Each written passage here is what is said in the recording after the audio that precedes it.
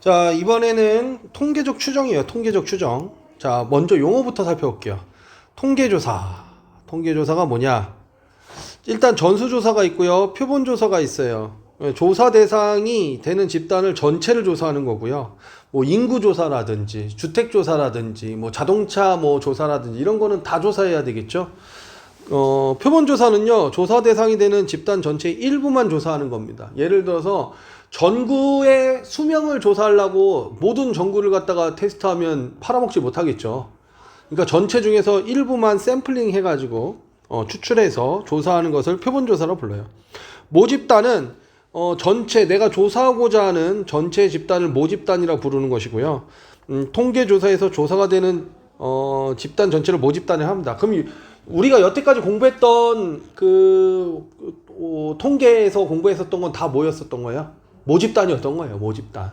근데 이게 우리가 공부를 하는 데 있어서 모집단을 갖고서 공부를 해왔지만 실질적으로 우리 현실에서는 모집단을 조사하는 게 쉽지 않다라는 거죠. 돈도 많이 들고 시간도 많이 드니까 표본을 가지고서 조사하는 단계에 온 겁니다. 그래서 모집단에서 일부를 이렇게 뽑는 걸 샘플링 추출이라고 하고요. 이 추출한 녀석들을 뭐라고 하는 거야? 표본이라고 하는 겁니다. 아시겠죠? 그리고 이 표본을 가지고서 우리는 표본을 조사해서 무엇을? 이 모집단의 성질을 추측하는 거예요. 추측. 알겠어요? 그래서 표본과 추출이란 건 조사를 위해서 뽑은 모집단의 일부분을 뭐라 부르고 표본이라고 하고, 표본에 포함되어 있는 자료의 개수를 표본의 크기라고 합니다. 예를 들어서 크기란 건 뭐냐면 전구가 한 10,000개쯤 있어요. 10,000개. 이게 모집단이죠. 거기서 내가 10개만 뽑아서 이제 조사를 한다 그러면 표본의 크기는 10개가 되는 겁니다. 그럼 샘플링 하는 크기가 어느 정도냐? 그러면 우리가 표본의 크기가 크면 클수록 뭐에 가깝겠어요? 모집단에 가까워지는 것이죠. 그쵸? 뭐 그렇잖아. 10,000개 조사해야 되는데 10,000개 조사할 수가 없어서 10개만 조사했으니까 그만큼 신뢰는 떨어질 거 아닙니까? 그쵸? 그래서 이제 표본의 크기가 중요하게 되는 거예요. 모집단에서 표본을 뽑는 것을 뭐라 부르고 추출이라고 부르는 것이다 라고 생각하시면 됩니다. 자, 추출의 방법에는요, 우리는 기본적으로 추출을 이미 추출합니다. 이미 추출하지 않으면 뭐가 되냐면 조작이 돼버려요. 조작. 예를 들어서 정당 지지율을 하는데 A 정당을 지지하는 게 있고 B 정당을 지지하는 사람들이 있는데 A 정당 지지하는 사람들만 갖고 조사를 하면 왜곡이 되겠죠. 그래서 우리는 임의가 그냥 추출하는 거다. 알겠어요? 그냥 뽑는 겁니다. 그때 이제 복원 추출이란 건 한 번 추출된 자료를 다시 놓고 추출하는 거고요. 비복원 추출은 다시 놓지 않는다라는 거예요. 예를 들어서 내가 여기서 뭔가를 추출했는데 이걸 다시 집어넣고 다시 조사하면 복원 추출. 빼놓고 이제 남은 것 중에서 조사를 하면 뭐가 된다? 비복원 추출이 된다. 이렇게 생각하시면 됩니다. 자, 한번 살펴보도록 하죠. 다음 보기 중에서 표본 조사가 적합한 것만을 고르시오 그랬죠. 건전지 평균 수명. 표본 조사해야 되나요? 전수 조사해야 되나요? 표본 조사해야 되겠죠. 안 그러면 건전지를 팔아먹지 못합니다. 우리나라 인구 총 인구 조사는 당연히 전수 조사를 해야 될 것이고요. 전국 자동차 등록 대수도 전수 조사를 해야 되겠죠. 전국에 자동차가 몇 대 있는지. 뭐 서울에 있는 자동차만 조사해 놓고 전국에 몇 대가 있을 것이다. 이러면 좀 곤란하죠. 과일 당도 조사도 표본이 되겠죠. 아니면 과일을 못 팔아먹어요. 과일을 당도 조사하기 위해서 우리가 조사를 하기 위해서 훼손을 하게 되는데 먹거나 아니면 구멍을 뚫는다든지 즙을 낸다든지 할 텐데 그럼 표본을 조사해야 되는 게 맞겠죠. 예, 그래서 표본 조사에 적합한 것은 기억과 리을. 자, 필수예제 2번 봐볼게요. 요번에는 1, 2, 3, 4, 5의 숫자가 하나씩 적힌 5개 공이 들어있는 주머니에서 3개의 공을 다음과 같이 이미 추출할 때 그 경우의 수를 구하여라 그랬어요. 한 개씩 복원 추출한대요. 그러면 맨 처음에 뽑을 수 있는 경우의 수는 몇 가지예요? 5개. 그 다음은 5개죠. 다시 집어넣었으니까. 그 다음은 5개. 이렇게 돼서 125개가 될 것이고요. 한 개씩 비복원 추출 그랬어요. 한 개씩 비복원 추출은 뭐가 돼요? 맨 처음에 5개. 그 다음에 4개, 그 다음에 3, 3개 이렇게 되겠죠. 그래서 얘는 얼마가 되죠? 6, 5, 30, 3, 4, 12, 5, 4, 20에 60개 이렇게 나오겠죠. 동시에 3개를 추출하는 것은 뭐가 돼요? 비복원 추출과 동일하게 되죠. 그렇죠? 비복원 추출과 동일하게 된다.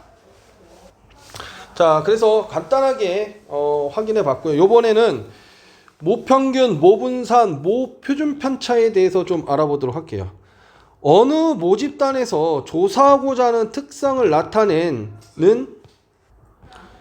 다시요, 지적이 들어왔습니다. 동시에 3개 추출할 때는 543에서 이게 순서가 없는 거죠. 얘는 순서가 하나씩이니까 순서가 있는데, 그래서 얘는 3, 2, 1로 나눠져서, 그렇죠? 얘는 5 컨비네이션 2에서 10 나와줘야 되겠죠? 네. 그래서 이렇게 수정하도록 하겠습니다. 자, 다시요. 모평균, 모분산, 모표준 편차, 어느 모집단에서 조사하고자 하는 특성을 나타내는 확률 변수를 x라 할 때 x의 평균, 분산, 표준 편차를 각각 모평균, 모분산, 모표준 편차라고 하고, 이것의 기호를 원래 쓰던 기호로 얘기합니다. 왜? 우리가 여태까지 공부해왔던 기호들 있죠. 그거는 다 모집단을 대상으로 했을 때를 이야기한 거예요. 그러니까 여기에 추가된 건 뭐야? 모집단을 조사할 수가 없어서 표본 조사를 할 때. 근데 일단은 우리 현재까지 모든 공부는 모집단을 가지고서 우리가 공부를 해왔다라는 거 일단 알고 계셔야 됩니다. 헷갈리시면 안 돼요. 그러면 이제는 모집단에서 이미 추출한 크기가 n인 표본들을 이렇게 뽑을 거란 말이에요. 그렇죠? 이 표본들, 이들의 평균, 분산, 표준 편차를 각각 표본 평균, 표본 분산, 표본 표준 편차라고 하는데, 여기서 여러분들이 많이 헷갈리는 부분이 뭐냐면, 여기서는 자 보세요. 뭐라고 표현했는지. 이들의 평균이라고 그랬어요.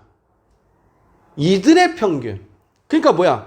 표본들의 평균인 거예요. 그러니까 여기서 표본 평균 하면 요거 하나의 평균을 얘기하는 것이 아니라 이 녀석들의 평균을 얘기하는 겁니다. 그러면 표본이 하나면은 평균 과하고 아니죠. 이게 자 봐봐요. 크기가 n인, 예를 들어서 크기가 뭐 예를 들어서 2인 표본을 뽑는다 생각해 보세요. 그러면 이 표본들은 몇 개가 나올까요? n 컨비네이션 2개가 나오겠죠. 총 구할 수 있는 표본들이. 이 녀석들의 평균을 표본 평균이라고 얘기하는 거예요. 그럼 여기서 이제 의문점이 생기지.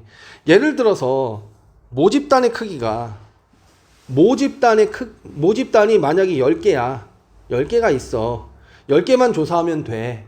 근데 여기서 지금 얘기하는 표본 전체는 몇 개가 나오는 거예요?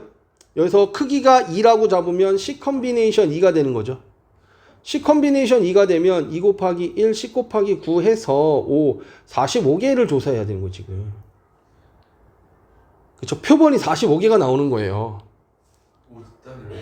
응? 다시 집중. 모집단이 10개예요. 여기가 이제 학생들이 많이 헷갈려하는 부분이야. 모집단의 크기가 10개라고 하자. 근데 내가 2개를 샘플링 했어. 그러면 표본 전체는 몇 개의 표본들이 등장하게 돼요? C 컨비네이션 2의 표본들이 나오게 되잖아요. 그래서 45개의 표본들이 등장하게 되겠죠.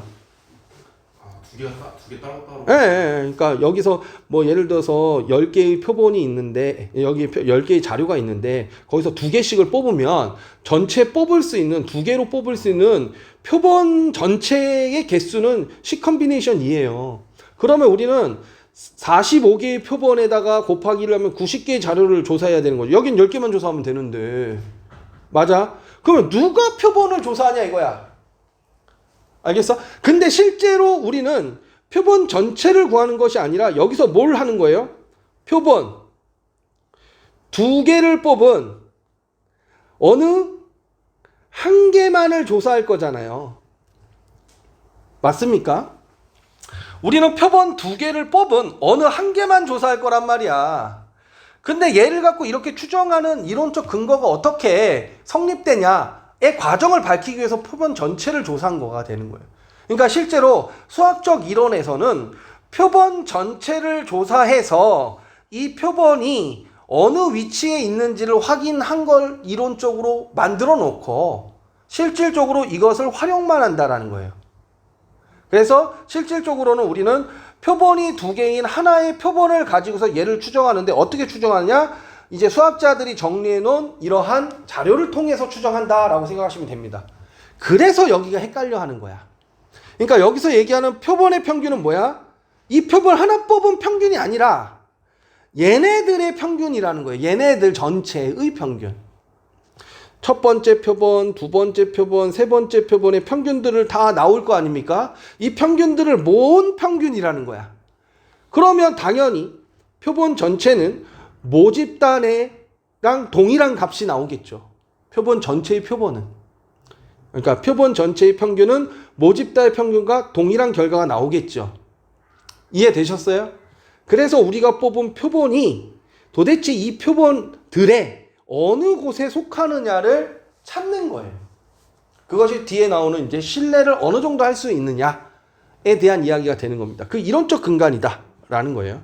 좀 어려우시면 이제 계속해서 반복해서 보시면서 이해하실 수 있도록 하시고요. 그러니까 중요한 거는 여기서는 헷갈리지 말아야 될 포인트가 내가 뽑은 표본 한 개가 아니라 이들의 평균, 표본들의 평균, 표본들의 분산, 표본들의 표준 편차들을 각각 표본 평균, 표본 분산, 표본 표준 편차라고 얘기하고 X바라는 기호로 다시 쓰게 됐다라는 겁니다.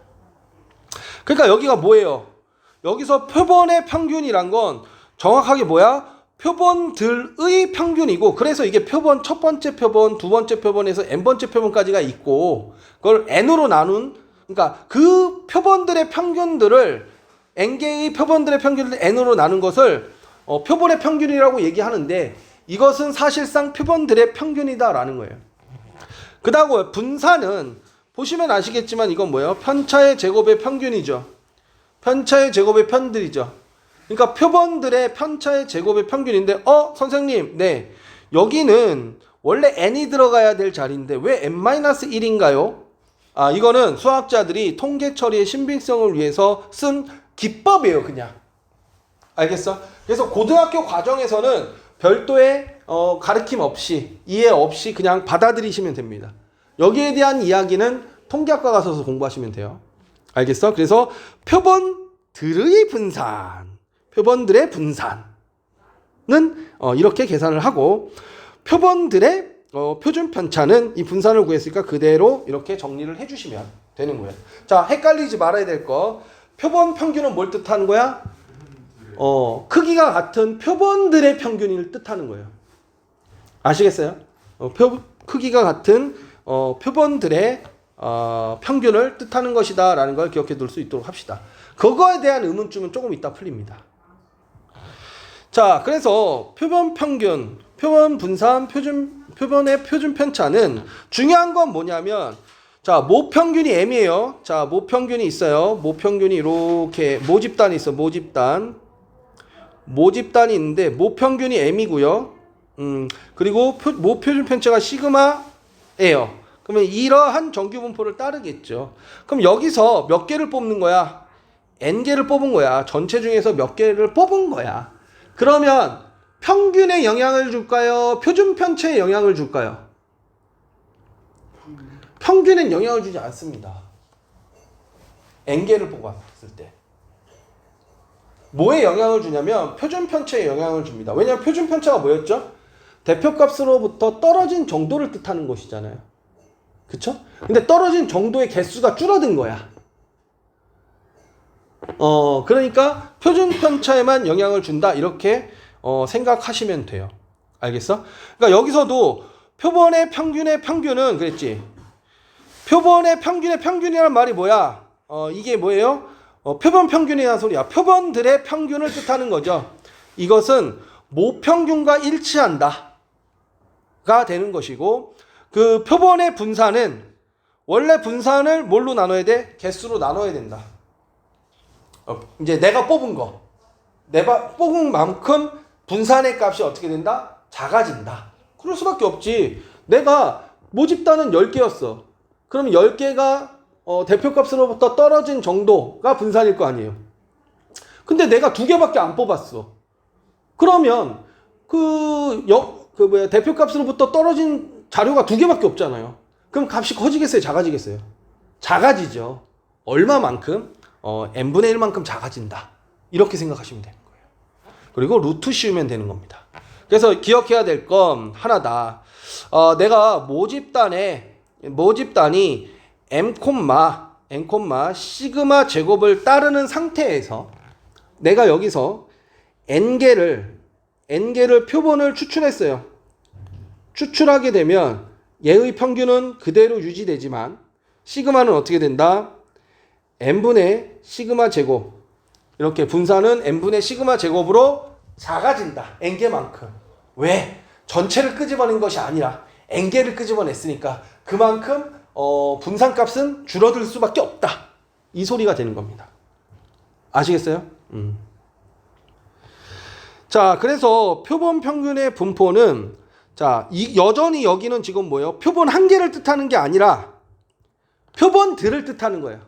알겠어? 모평균이 m이고 모표준 편차가 시그마인 모집단에서 크기가 n인 표본을 이미 추출할 때 표본 평균 x반은, 이 표본 평균은 뭐라고요? 표본들, 내가 뽑은 표본들의 평균을 뜻하는 거예요. 그것들의 평균은 어떻게 된다? n분의 시그마 제곱의 정규 분포를 따르게 된다라는 겁니다. 평균은 바뀌지 않고 뭐만 시그마, 그러니까 분산의 크기만 내가 뽑은 개수만큼 줄어든다. 원래 전체 개수를 뽑은 게 아니라 n개만 뽑았으니까 그만큼 줄어들게 된다라는 겁니다. 모집단의 분포가 정규 분포가 아닐 때도 표본의 크기 n이 충분히 크면 표본 평균 x반은 근사적으로 성립한다. 이 말은 뭐냐면 기본적으로 우리가 푸는 문제들은 다 지금 이야기하는 이론에 맞게끔만 낼 거다. 그러니까 이 예외적인 상황에 대해서는 대학 가서 배워라 이런 뜻이에요. 그냥. 그래서 표본의 크기가 충분히 크다라면 다 이렇게 계산하기로 하자라고 얘기한 겁니다. 자, 예제 1번 봐볼게요. 135의 숫자가 하나씩 적힌 3장의 카드가 들어있는 상자에서 2장의 카드를 뭐 한대요? 복원 추출할 때 카드에 적힌 숫자의 표본의 평균을 x바라 하자 그랬어요. 확률 분포표로 나타내어라. 그러면 3장의 카드에서 2장을 꺼내죠. 맞습니까? 그러면 x바가 될 수 있는 녀석들은 뭐가 있죠? 여기 135가 이렇게 있고요. 135가 있잖아요. 그럼 여기 11이 있죠. 여기 얼마요? 13, 15.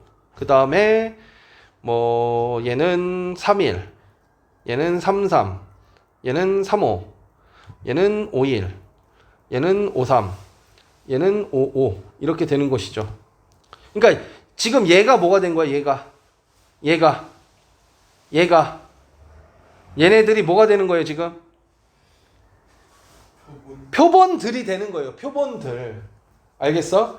원래 135만 조사하면 되는데 135 3개를 조사하면 되는데 지금 크기가 2개인 표본들을 조사하는 거예요. 이거는 지금 우리가 실제로 이걸 조사합니까? 아니에요. 수학적인 이론적 근간을 만들기 위해서 중간 과정이라고 보시면 되는 거예요. 알겠어? 그러면 봐보자. 확률 변수 x가 될 수 있는 값은 얼마예요? 평균이 1인 게 있고요. 얼마가 있어요 또? 2인 게 있죠? 최대 5인 것까지 있네요. 3, 4, 5 이렇게 있죠? 아이고 이거 밑으로 내리자. 계획 없이 썼더니 지저분해졌어요. 자, 다시 1번에 확률 변수 x가 무엇을 평균을 뜻한다라고 있어요. 표본들의 평균을. 그러면 1, 2, 3, 4, 5가 되겠죠. 자, 전체 몇 개 있어요? 전체 몇 개 있어요? 하나, 둘, 셋, 넷, 다섯, 여섯, 일곱, 여덟, 9개 있죠. 평균이 1인 건 몇 개예요? 하나죠. 9분의 1. 자, 평균이 2인 건 이렇게죠. 9분의 2. 평균이 3인 건 이거죠. 9분의 3. 평균이 4인 건 얘네 둘이죠.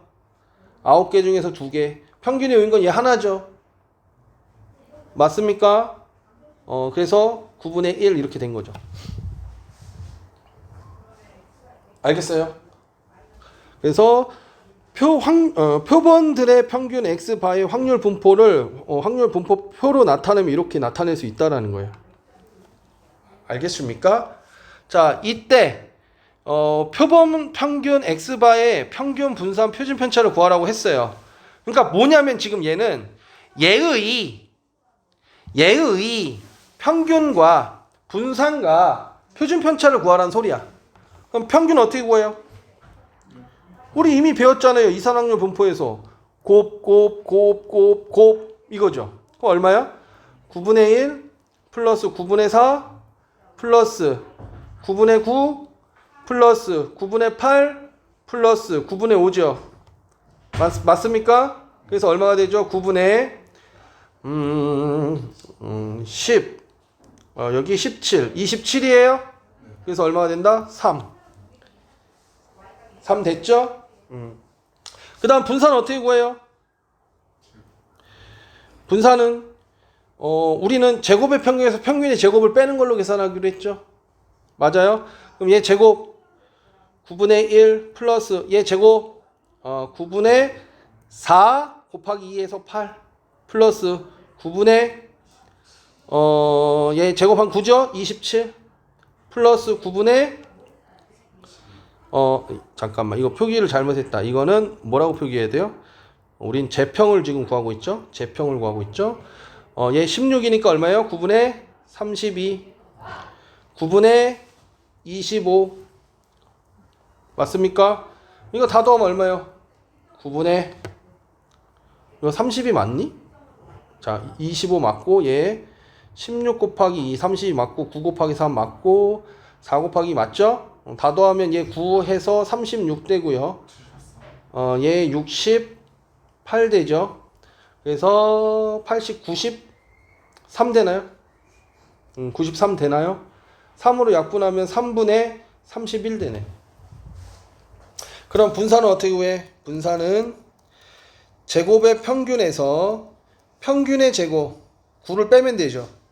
평균의 제곱 9는 3분의 27이죠. 그래서 얼마가 돼요? 3분의 4가 되죠.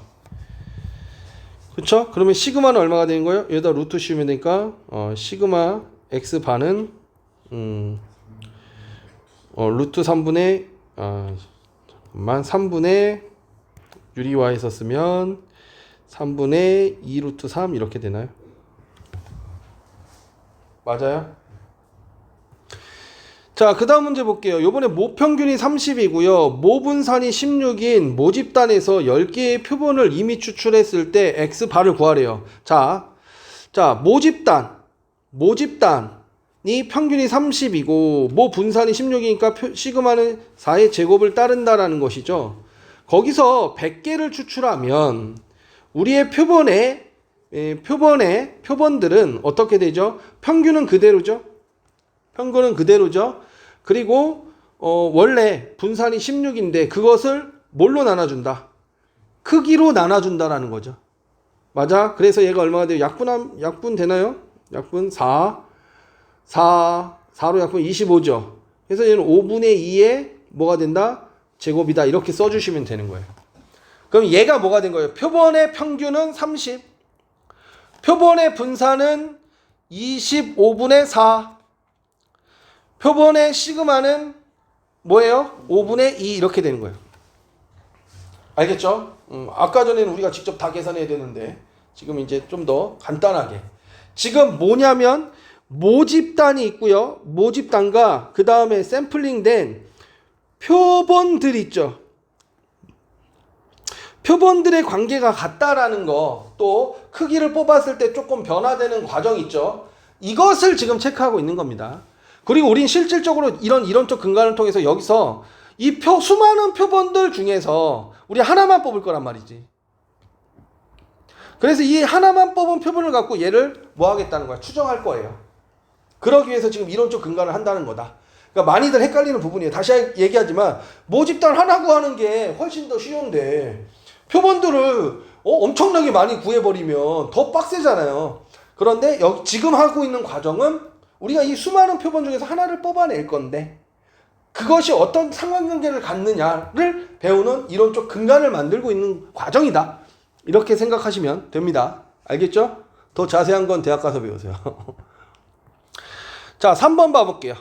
어느 식품 회사에서 생산되는 빵 한 개의 무게는 200g, 표준 편차가 10인, 정규 분포를 따른다고 합니다. 그러면 얘는 모평균이 200, 10의 제곱이죠.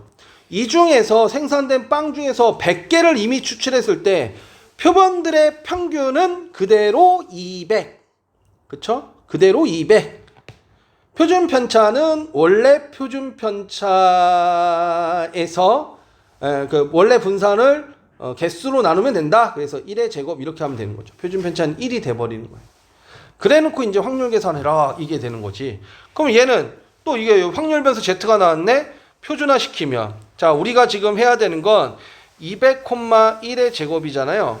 그렇죠? 그러면 확률 변수 X바가 202보다 크거나 같다고 했으니까 얘를 표준화 시키면 Z Z라고 쓰면 되겠죠. 그냥 굳이 Z 봐야. 자, 얘는 202에서 평균 빼고 시그마로 나누면 되는 값이니까 얘의 값은 Z는 2보다 크거나 같은 값이죠. 그러니까 당연히 이거 줬겠죠. 그쵸? 그러면 얘는 이렇게 해서 여기가 0이고 얘가 2면 요 넓이가 0.477이라고 했으니까 그거보다 큰 요 넓이는 얼마가 되는 거예요? 0.1228 이렇게 되는 것이죠. 그래서 얘의 넓이는 확률은 0.1228 이렇게 나오는 거다.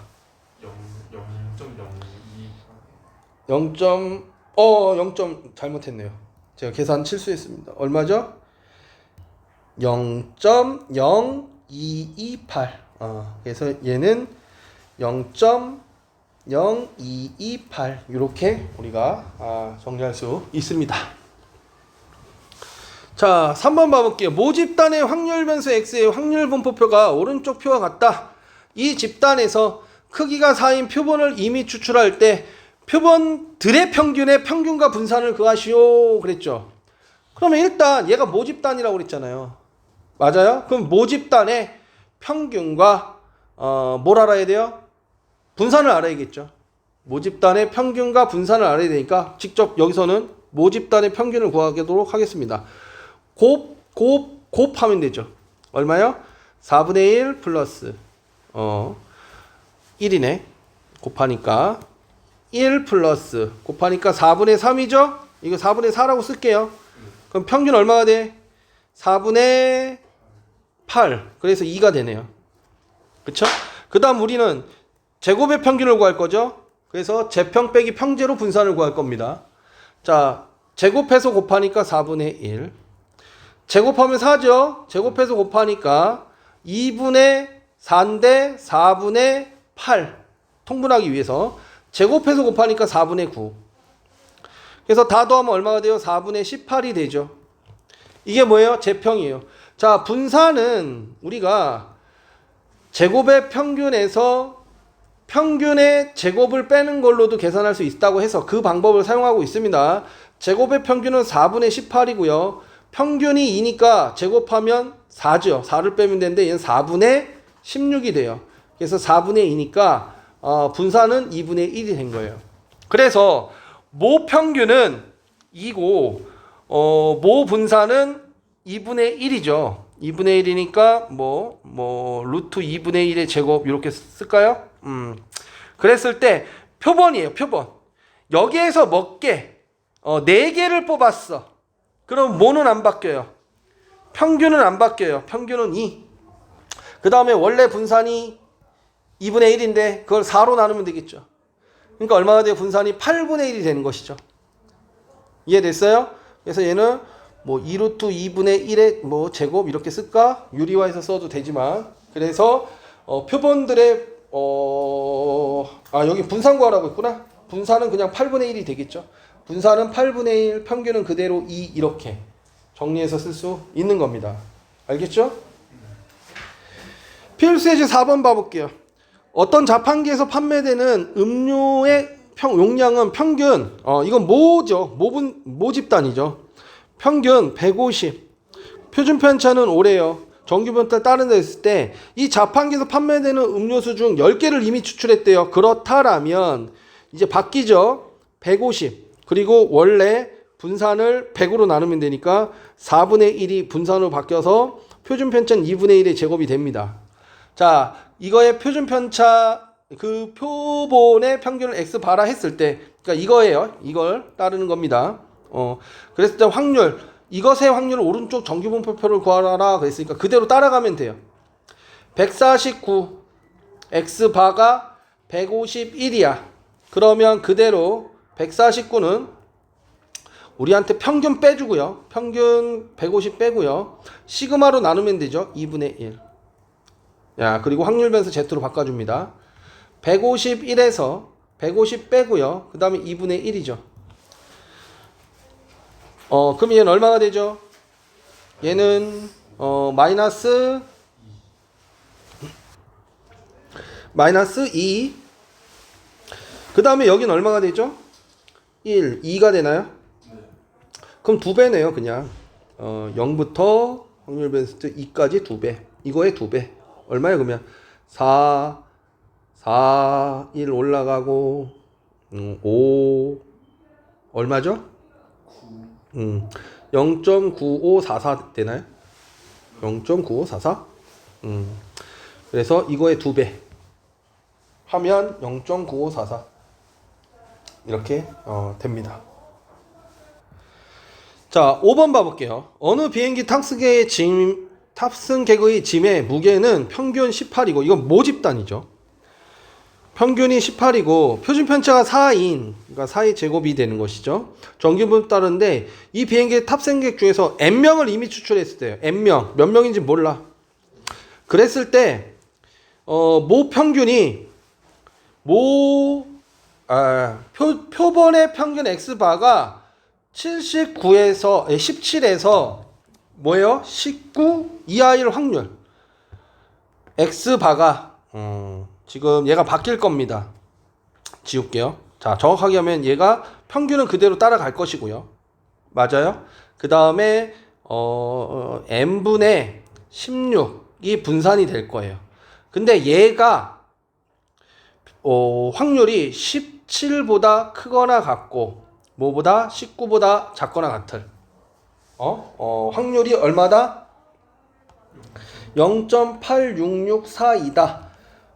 그때 크기를 구하라 이 소리야. 다시요. 그러니까 이 말은 이 말이에요. 내가 이 모집단에서 뭘 했어요? 샘플링을 했는데, 그치? 내가 구한 샘플이 샘플들의 평균에서 요 범위 내에 있을 확률을 구하라 이거예요. 알겠습니까?